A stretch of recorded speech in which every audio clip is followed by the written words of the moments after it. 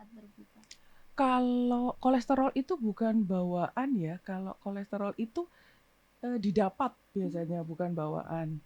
Kalau kolesterol itu karena pola makan, ya karena mungkin yang banyak gorengan itu. Jadi kalau misalnya buka, kalau bisa yang manis dulu.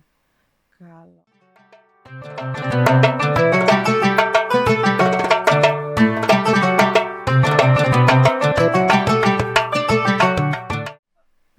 Assalamualaikum warahmatullahi wabarakatuh. Halo teman-teman semua, dimanapun Anda berada, selamat datang kembali di Rapot Ramadan Podcast. Edisi kali ini, kita kedatangan dokter cantik dari Unit Kesehatan IAIN Kudus, Ibu Dokter Ratna Asih. Selamat datang Ibu. iya, Selamat pagi. selamat pagi. Bagaimana kabarnya Ibu? Alhamdulillah sehat. Alhamdulillah. Kegiatannya sekarang sibuk apa nih Bu, selain di unit kesehatan IAIN Kudus? Praktek biasa, Praktek di praktek rumah. ya. Oh enggak, di tempat lain. Ya, sama di klinik. Ya, selain di klinik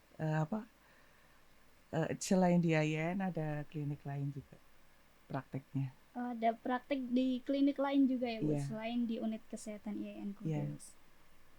Nah Bu, pada kesempatan kali ini kita akan berbincang-bincang mengenai menjaga kesehatan di bulan Ramadan.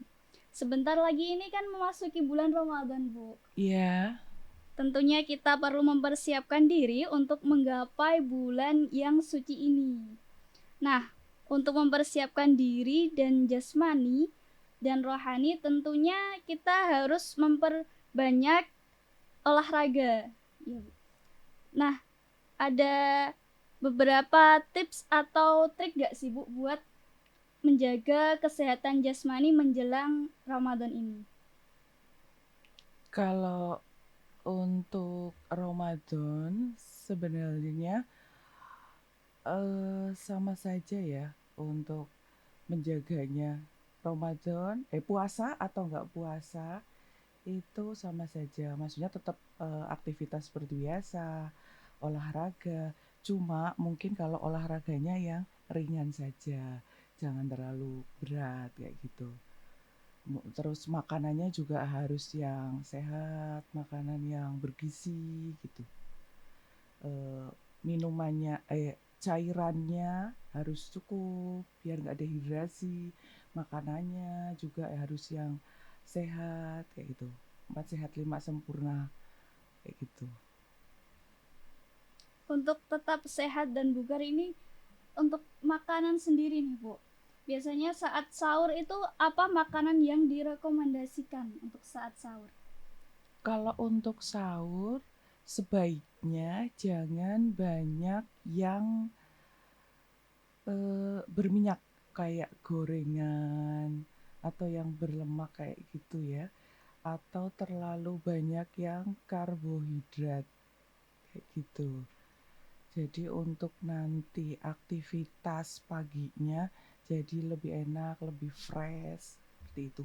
Banyak makan yang sayur, ada protein juga boleh, tapi kalau bisa jangan yang digoreng kayak gitu. Atau buah, sayur, minuman itu dibanyakin saat sahur. Jadi jangan banyak yang intinya jangan banyak yang digoreng gorengan kayak gitu. Nah, itu kan bikin ini ya haus ya nanti ya. Nah, kalau itu kan untuk saat sahur Bu, biasanya Mm-mm. kalau berbuka nih malah yang kebanyakan itu goreng-gorengan terus. Apalagi kalau yang sudah mempunyai riwayat penyakit bawaan seperti kolesterol, diabetes, itu gimana Bu? Apa makanan yang direkomendasikan saat berbuka? Kalau kolesterol itu bukan bawaan ya, kalau kolesterol itu didapat biasanya bukan bawaan. Kalau kolesterol itu karena pola makan, ya karena mungkin yang banyak gorengan itu. Jadi kalau misalnya buka, kalau bisa yang manis dulu. Kalau manis kan kayak misalnya kurma atau minuman manis kayak gitu. Biar kadar gula darahnya itu normal kayak gitu. Karena kan kita seharian apa puasa ya. Jadinya untuk menormalkan gula darah dulu itu biasanya pakai makanan atau minuman yang manis-manis. Tapi tetap aja jangan banyak yang gorengan kayak gitu. Nanti kalau misalnya sudah punya riwayat kolesterol tinggi, nanti ya tetap aja tinggi kayak gitu. Jadi memang harus dikurangi yang gorengan. Itu lebih banyak sayur sama buah saja dulu, terus minuman gitu ya. Kalau untuk diabetes, Bu? Kalau untuk pasien diabetes itu makanannya maksudnya Iya. yang ini. Kalau diabetes itu kan memang dikurangi gula ya, Iya. asupan gulanya kayak gitu. Tapi gulanya di sini itu gula yang kayak gula putih kayak gitu. Tapi kalau misalnya mau minum apa ya, makan kurma atau minuman yang nggak ada gulanya itu juga boleh. Kalau misalnya makanan, misalnya nasi diganti sama nasi merah boleh. Atau kalau buah itu bisa pir, apel, kayak gitu. Itu biasanya untuk pasien-pasien diabetes diabetes itu apa itu namanya? eh, Bagus untuk yang pasien diabetes. Kecuali jangan buahnya itu jangan pisang sama mangga ya. Itu karena banyak gulanya. Ya. Jadi kalau bisa jangan terlalu banyak makan yang itu. Kalau misalnya pir, apel kayak gitu boleh nggak apa-apa. Kalau makanannya kayak sup buah gitu, Bu? Sup buah boleh. Hmm. Maksudnya untuk yang pasien gula. Iya, pasien Kalau sup diabetes. buah boleh, cuma gulanya harus diganti. Kayak gitu. Tapi lebih amannya memang buah yang murni, nggak usah dibikin sup. Kalau sup kan biasanya dicampur apa itu namanya Manis. kayak pemanis atau susu kayak gitu. Jadi lebih baik kalau pasien gula ya buahnya saja. Kalau misalnya mau semangka atau melon kayak gitu, apel, pir boleh, nggak apa-apa. Lebih baik seperti itu daripada dikasih apa sup buah atau apalah yang sekarang dimodifikasi sama Campur-campur gitu. campur-campur itu kayak gitu. Berarti lebih baik yang buah murninya gitu Iya, ya, Bu? buah murninya. Oke, Bu. Lalu kalau puasa ini kita tuh sebagai anak muda kadang mager, Bu. Mager kayak kemana-mana pengen rebahan aja. Mungkin ada tips dari Ibu untuk olahraga biar gak mager. Apa ada olahraga yang disarankan gitu, Bu? Kalau olahraga saat puasa yang ringan-ringan saja. Kayak misalnya jogging, jalan atau apa ya? eh, sit up kayak gitu. Itu enggak apa-apa. Olahraga seperti itu. Misalnya cuma jalan 10 menit, 15 menit atau jogging berapa menit kayak gitu. Itu kan nggak begitu berat ya. Menguras Ya, energi gitu. jadi walaupun sedikit sebentar tapi kan tetap bisa olahraga. Nggak maksudnya nggak duduk pegang HP Iya, terus kayak gitu. rebahan terus gitu ya, Iya, Bu ya. ya. Nanti malah jadi apa? Males nanti. Kalau misalnya males kan nanti jadinya ngapa-ngapain nggak mau terus nanti akhirnya nanti jadi tidur terus. Kalau kebanyakan tidur juga kan nggak enak nanti badannya Jadi gitu. hibernasi gitu. Iya. Nah, Bu, biasanya meskipun kita olahraga kayak jalan-jalan, jogging-jogging gitu kan menguras asupan cairan dalam tubuh kita. Mm-mm. Nah, untuk menjaga agar kita itu tidak kekurangan cairan dan tidak dehidrasi saat berpuasa, apa ada asupan cairan yang disarankan dimakan saat sahur Ibu?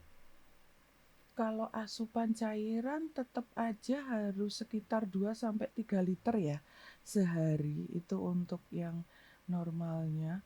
Itu tetap bisa dipenuhi saat sahur dan buka. Misalnya bangun tidur 1 gelas minum 2 liter 3 liter itu sekitar 6 sampai 8 gelas sehari semalam 24 jam itu sekitar segitu. Jadi misalnya bangun tidur 1 gelas, nanti mau sahur 1 gelas, setelah sahur 1 gelas lagi, nanti pas buka 1 gelas, mau makan 1 gelas, habis makan 1 gelas, habis terawih 1 gelas, mau tidur 1 gelas kayak gitu. Jadi itu kan sudah sebenarnya itu sudah mencukupi kalau misalnya memang rutin seperti itu pas saat sahur dan buka. Itu sebenarnya sudah cukup walaupun kita berpuasa ataupun ada olahraga seperti itu. Kalau cairan sendiri, kalau misal cairannya diganti kayak minuman manis-manis gitu, boleh nggak sih Bu? Boleh, Boleh. Kalau misalnya minum minuman air putih sama gula kayak gitu atau minuman lain boleh nggak apa-apa. Yang penting cairan sehari semalam 24 jam itu sekitar segitu 2 sampai 3 kayak gitu. 2 sampai 3 liter itu Sehari masuknya di semalam. gelas berapa? Apa ya? Untuk gelasnya berapa? Gelas yang biasa aja. Gelas yang biasa. Gelas biasa bukan gelas yang besar kayak gitu, gelas yang biasa aja. Jadi nggak bukan gelas yang apa ya, yang besar jumbo gitu enggak, gelas yang biasa. Nah, itu sebenarnya sudah cukup. Apalagi kalau misalnya kita makanannya juga berkuah, kan juga ada airnya kayak gitu.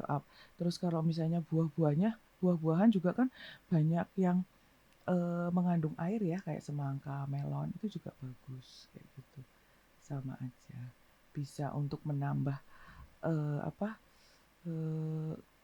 walaupun bukan cairan, tapi itu kan buahnya berair kayak gitu. Berarti selain minum air putih juga boleh diganti buah-buah seperti cairan gitu ya Bu? Buah yang mengandung Jus, cairan. maksudnya jus? Iya, jus. Oh ya, jus bisa. Jus boleh, minuman yang manis boleh. Apa itu namanya? Eh, Kayak minum susu juga itu boleh, nggak apa-apa. Minum susu, minuman manis, atau jus itu boleh. Selama puasa boleh, nggak apa-apa. Selama itu ya Bu, selama berbuka menjelang sahur ya. Kalau puasa kan ya masa mau minum. Apa? Yang minumnya. Minum. Masa puasa minum begitu Bu. Kan tidak Oh, boleh begitu. oh, Maksudnya di malam hari minumnya. minumnya sebelum tidur. Sebelum tidur. Iya, sebelum tidur. Minumnya sebelum tidur. Bukan sebelum tidur minum, bangun tidur juga minum. Misalnya kita bangun mau sahur nih, kan bangun, nah itu minum dulu. Terus malam sebelum tidur itu juga minum, kayak gitu. Kalau misalnya tidur kan memang nggak minum, tapi pas bangunnya sama sebelum tidurnya itu kan bisa minum, kayak gitu. Kalau misal nih Bu, kita sudah minum nih 2 sampai 2 liter air. Tapi di tengah padatnya jadwal kita ditambah dengan olahraga kecil itu masih kurang. Bagaimana Bu itu sepertinya? Apa ada tips selain itu? Selain minum-minum cairan? Untuk tubuh maksudnya gimana? Kan kita sudah menjaga asupan cairan kita Bu dengan meminum air. Nah, tapi di tengah padatnya tugas, di tengah padatnya aktivitas, kita masih merasa kelelahan begitu Bu. Apa ada tips lain Bu?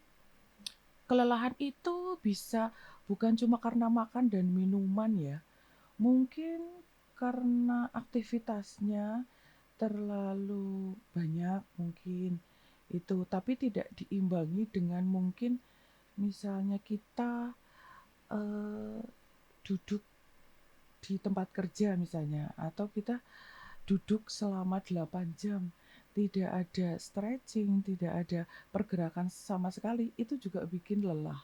Walaupun kita, apa itu namanya, sudah cukup mungkin untuk asupan makan dan minumannya, tapi kalau kita, kurang bergerak, itu juga pengaruh. Jadi setidaknya kalau misalnya kita pun padat, kita banyak aktivitas, tetap aja diusahakan misalnya kita, eee, olahraga 5 menit, 10 menit, kayak gitu. Itu mesti bisa lah ya, misalnya cuma jalan 5 menit, 10 menit, atau jogging, atau kalau enggak bisa di tempat kerja misalnya sit up, atau apa, kayak gitu kan masih bisa, kayak gitu. Kalau enggak olahraga ringan, stretching aja berapa menit misalnya habis, duduk selama 5 atau 6 jam duduk itu juga kan perlu, peregangan kayak gitu. Nah, itu dilakukan setiap kita kerja biar nggak, "Kok kayaknya capek ya, cepet capek," biar nggak seperti itu. Jadi memang perlu di tengah-tengah aktivitas, kayak gitu. Untuk waktu olahraganya biasanya jam berapa, Bu? Eee, Kapan aja bisa sih, asal jangan malam. Asal jangan malam, kalau bisa, mau menjelang, apa itu namanya, berbuka kayak gitu misalnya habis asar, atau di tengah-tengah aktivitas misalnya pas lagi kerja kok kayaknya lelah, capek, stretching aja nggak apa-apa. Misalnya dari jam 7 misalnya sampai jam 12 duduk terus dengan misalnya di depan komputer, itu kan juga lelah ya, lelah mata, lelah duduk, posisi juga pengaruh kayak gitu. Itu di tengah-tengah itu kita stretching juga nggak apa-apa, gitu boleh, gitu. Bu, menarik nih, Bu. Kenapa jangan malam olahraganya? Kalau malam kan memang tidak disarankan untuk olahraga, memang kita itu butuh istirahat karena dari pagi sampai sorenya kan kita aktivitas. Jadi memang tubuh juga butuh untuk istirahat. Nah, waktunya memang kan harus malam kayak gitu. Itu kenapa tidur malam, karena memang untuk istirahat waktunya. Kalau misalnya kita kerja, aktivitas memang sebaiknya pagi sampai sore. Seperti itu. Ya. Berarti memang malam itu khusus untuk istirahat begitu ya, Iya, Bu? kalau bisa diusahakan untuk istirahat malam, tidak untuk, Begadang. ya ya terutama begadang. Ya walaupun banyak tugas, misalnya banyak tugas, mendingan dikerjakan pas subuh kayak gitu, tapi jangan terlalu malam untuk begadang, nanti bangunnya soalnya yang susah, gitu. Nanti nggak bisa bangun pagi lagi, nggak bisa sahur malah nanti kebablasan, gitu. Iya. Untuk suplemen atau vitamin yang bisa dikonsumsi, Bu, saat berpuasa. Mungkin ada beberapa vitamin. Kalau vitamin suplemen, sebenarnya kalau asupan kita sudah mencukupi untuk yang karbohidrat, lemak, protein, vitamin, kayak gitu, mineral, itu sebenarnya tidak perlu vitamin, tidak apa-apa. Dari makanan dan minuman, kalau berkualitas, tidak perlu vitamin atau suplemen. Cuma mungkin untuk kalau misalnya kita sudah ngerasa kayaknya kok kita nggak enak badan ya, kayak mau meriang atau mau flu kayak gitu, batuk pilek, itu kita makannya itu ditambah yang protein hewani. Itu untuk daya tahan tubuh biar tidak jadi sakit kayak gitu. Itu ditambah makanan yang seperti itu. Kalau misalnya sudah ditambah seperti itu kok masih belum ada perubahan, ya boleh minum vitamin, boleh. Vitamin Vitaminnya apa? Vitamin multivitamin boleh, atau vitamin B kompleks biasa juga boleh kayak gitu. Nanti di pasaran sih banyak, tapi usahakan makan minum yang berkualitas dulu. Terus kalau sudah ngerasa nggak enak badan, tambahin yang protein hewani gitu. Untuk Biar nggak perlu minum vitamin atau suplemen dari makanan sama minuman aja. untuk contoh makanan protein hewani itu seperti apa, Bu? Protein hewani ya kayak misalnya telur, ikan, ayam, daging, boleh semua kayak gitu. Untuk biar daya tahan tubuh kita bagus, nggak gampang sakit, nggak gampang batuk pilek kayak gitu. Jangan cuma yang karbohidrat kayak misalnya karbohidrat kan banyak ya nasi kayak gitu atau yang apa nasi kayak terus jagung, kentang itu juga karbohidrat. Tapi karbohidrat yang bagus itu yang kayak yang karbohidrat yang kompleks. Karbohidrat kompleks itu apa? Karbohidrat kompleks itu yang kayak jagung, kentang kayak gitu. Itu yang bagus untuk sebagai pengganti nasi. Kalau nasi itu memang kalau sahur kalau diusahakan jangan banyak-banyak. Soalnya itu bikin ngantuk kalau kebanyakan nasi. Makanya diusahakan kalau misalnya sahur itu banyak yang sayur, kuah kayak gitu atau protein kayak gitu yang ikan, telur kayak gitu. Jangan banyak nasi biar nggak ngantuk. Iya, gitu.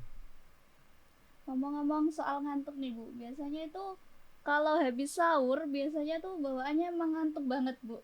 Dan Hmm. setelah itu kayak tidur gitu, habis subuh, habis sahur, habis sholat tidur. Itu Hmm. gimana cara jaga pola tidur kita supaya gak berantakan seperti itu, Bu? Kalau tidur sebenarnya 6 sampai 8 jam sehari itu sudah cukup. 6 sampai 8 jam ya untuk dewasa ya, 6 sampai 8 jam sehari semalam itu sebenarnya sudah cukup. Misalnya kita tidurnya harusnya lebih awal, nggak boleh makanya nggak boleh terlalu malam. Misalnya kita apa ini namanya taraweh. Taraweh itu kan paling jam 8 ya sudah selesai. Kalau bisa jam 9 sudah tidur. Nanti jam 3 kan sudah bangun nih. Nah, itu sebenarnya sudah cukup. Nanti kan aktivitas sampai pagi sampai siang. Kalau misalnya pengen tidur lagi, siang setelah duhur boleh sebelum asar. Karena kita memang kan nggak boleh ya tidur habis asar, tidur habis subuh. Itu kan nggak bagus ya. Nah, itu diusahakan tidurnya itu antara jam itu, kayak gitu, waktu-waktu itu. Terus biar nggak ngantuk pas habis subuh, ya memang jangan banyak makan nasi. Kalau kebanyakan makan nasi memang ngantuk nanti gitu. Jadi sebenarnya tidur 6 sampai 8 jam itu sudah cukup kayak gitu. Nah, terakhir nih, Bu, bagaimana cara kita menyeimbangkan kesehatan fisik dengan kesehatan mental di bulan Ramadan? Hmm. Selain tadi kan misalnya kita sudah makan sehat, minuman, sudah olahraga gitu ya. Tapi kita juga perlu jangan lupa kesehatan mental kita. Nah, di bulan puasa ini justru kan sebenarnya banyak aktivitas yang menunjang untuk kesehatan mental itu. Kayak misalnya tambah sholat tahajudnya, tambah mengaji, kayak gitu kan biasanya banyak banyak kajian-kajian juga, ceramah juga. Nah, itu untuk kita kesehatan mental kita. Jadinya kalau kita sering ngaji, lebih banyak sholatnya, terus lebih sering dengar kajian, dengar ceramah kan kita jadinya ke kitanya juga enak, ke kitanya juga nyaman. Jadinya kita kalau beribadah itu eh, apa ya enak, nyaman, ikhlas, nggak karena nggak karena terpaksa kayak gitu, tapi kita jadinya oh ternyata dengan berpuasa kita jadi banyak hikmahnya dari kita dengerin kajian atau ceramah ataupun kita ngaji kayak gitu dengan badan yang sehat. Kan kita kalau misalnya nerima kajian atau ceramah jadi lebih Adem kayaknya gitu. lebih adem, lebih masuk kayaknya kayak gitu. Kalau badan kitanya sehat, lebih enak kayak gitu. Kita juga beribadahnya juga lebih apa ya, ikhlas kayak gitu. Maksudnya memang kita beribadah karena untuk mengharap apa itu Ridho nah Allah. ridho Allah ya gitu. Jadi memang perlu selain tubuh yang sehat, jiwanya juga jiwa raganya tetap harus sehat kayak gitu. Mungkin ada sedikit closing statement nih Bu dari Bu Ratna sebagai penutup podcast kali ini. Kalau untuk eh, bu- eh, bulan Ramadan yang penting itu jaga kesehatan tubuh dengan aktivitas, makanan, minuman. Sebenarnya makanan, minum, aktivitas biasa seperti biasa nggak apa-apa. Makanan, minumnya, pola tidurnya yang harus dijaga biar apa tubuhnya tetap sehat. Selain tubuhnya sehat, batinnya juga tetap sehat dengan beribadah. Kalau badannya sehat, kita mau melakukan sholat atau kita mau pergi ke kajian, kita mau ngaji juga enak, biar enak. Jadi perlu seimbang kesehatan jiwa dan raganya gitu. Tetap menjaga keseimbangan jiwa dan raga ya Bu Iya, di saat berpuasa. iya. Luar biasa sekali, sangat insightful untuk mempersiapkan diri di bulan Ramadan kali ini.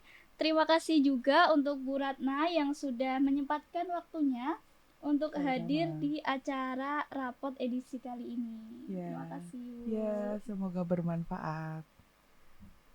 Terima kasih untuk teman-teman yang sudah menonton hingga akhir. Saya Ilana Jati pamit undur diri. Wassalamualaikum warahmatullahi wabarakatuh.